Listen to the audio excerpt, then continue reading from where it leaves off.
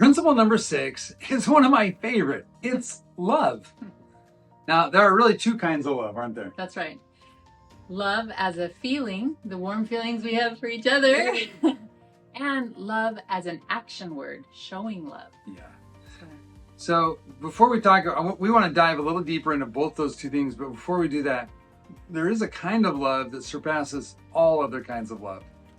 And that's what's called the pure love of Christ. The scriptures, sometimes, depending on what version you read, will call this the love of Christ or charity. Mm-hmm. And this love, you can go into the scriptures and read the definition, but it is so powerful. It's described as so powerful that it never fails. So just know that these attributes of Christ's love for us and his just incredible willingness to give to us and to not take offense and to be patient and to be compassionate and kind and all these great things, this is central to love. This is the foundation of all real love. And so we encourage you to look at that idea of charity as Christ's pure love for us and begin to emulate those qualities. So we'll just talk about a couple of aspects of that now. Yeah. Two kinds of love that Two we're going to kinds of talk love. about. Yeah. The first one is the feeling of love. Yeah. Which is the warm, happy thoughts that we think of each other, looking for the best and the good in each other, spending time getting to know each other and understanding where they're coming from. And this kind of love is unconditional. Yeah. Yeah. It's always there. It's a constant. Mm-hmm. Yeah. And you can choose to love people in your family and others regardless of how they act, how much they hurt you, what their behavior is, positive or negative or whatever. You can always think love. And I love that love is a feeling, and we are so good at receiving and feeling feelings. If you walk into a room, you can sense, wow, there's a lot of energy here, or somebody's upset or whatever, and feelings of love transmit from one person to another. So decide today that you're going to feel love for those in your family. That's right. Now, the second one is action. Action. Love as an action. Mm-hmm.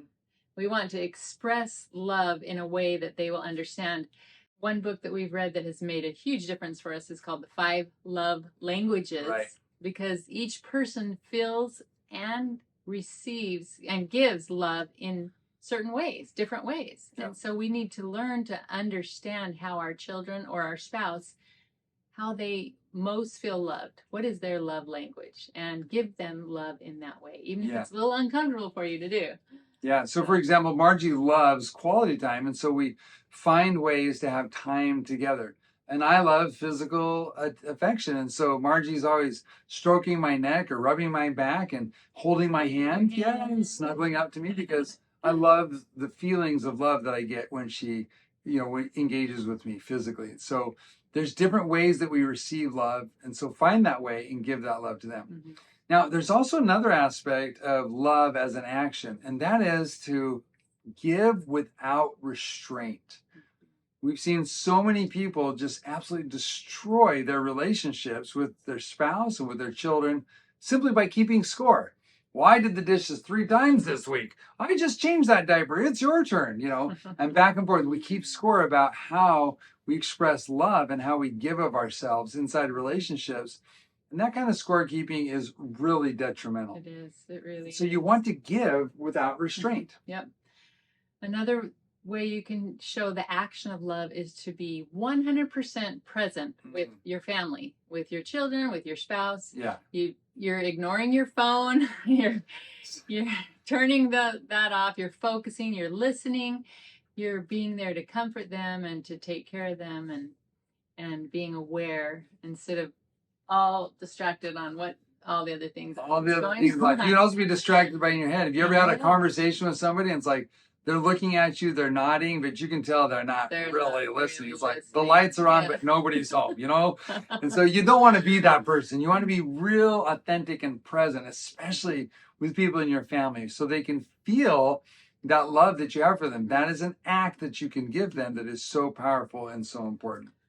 So the final act I want to talk about is always doing what is best for them, even if it's hard and if it's going to hurt them initially.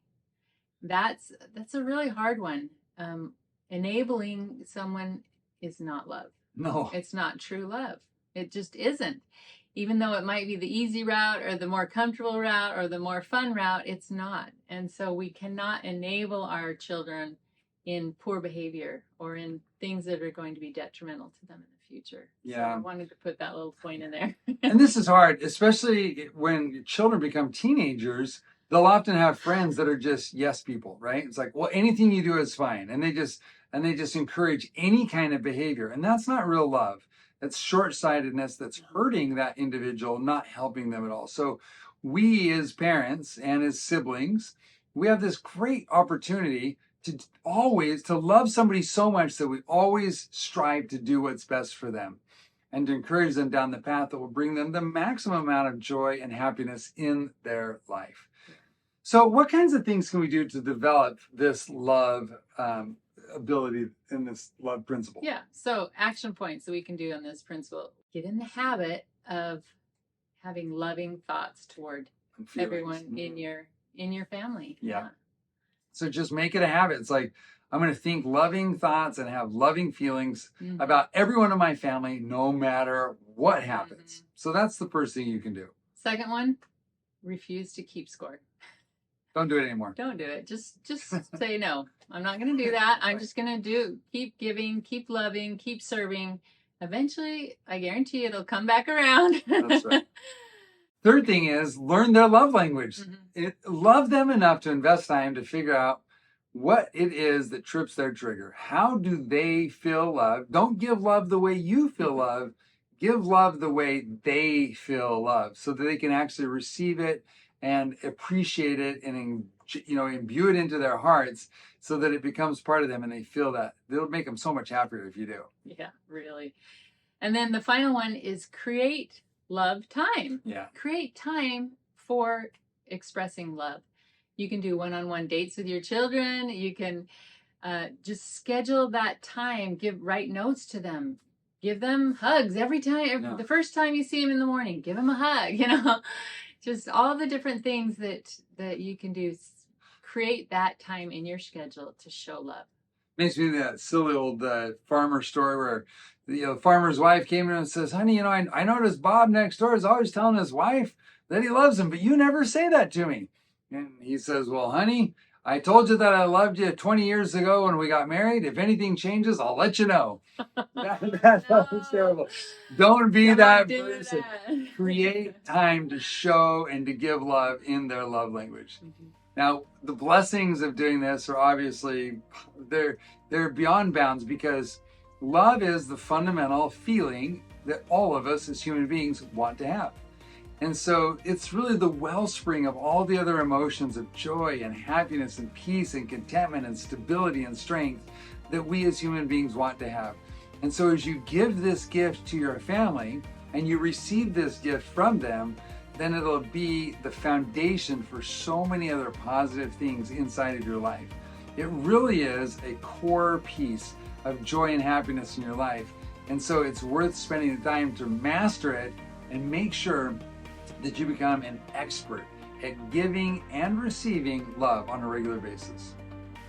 Let's do it together. Glad you're joining us on this journey. Thanks for listening. We'll talk to you soon. Bye now.